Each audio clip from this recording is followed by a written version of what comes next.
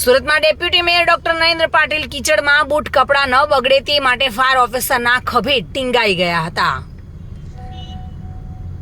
બુધવારની પાલિકાની માસિક સાધારણ સભામાં વિરોધ પક્ષી નરેન્દ્ર પાટીલના ફોટાવાળું ટેડીબેર ખભે લટકાવીને દેખાવ કર્યો હતો. જોકે જવાનોએ ભારે ખેંચતાણ બાદ ખભે ટેડીબેર આંચકી લીધું હતું. કોર્પોરેટર વિપુલ સુહાગિયાએ સભામાં કહ્યું કે ખાડીપુરમાં ઘેરાયેલા પર્વત પાટિયાના બિલ્ડિંગના બેઝમેન્ટ ફરતે આડસ કરાઈ ન હતી અને ફૂટપાથ પણ અધૂરી હતી. સ્થળ પર કાર્યવાહીની સૂચના આપવાને બદલે વેતાળ બન્યા હતા તે યોગ્ય ન હતું.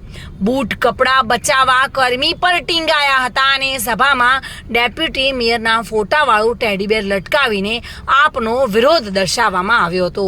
આમ આદમી પાર્ટીના કાર્યકર્તાઓએ સભામાં ડેપ્યુટી મેયરના ફોટાવાળું ટેડીબેર લટકાવીને વિરોધ દર્શાવ્યો હતો. સુનિલ ગાંજાવાલા સાથે bureau report, today Gujarati news.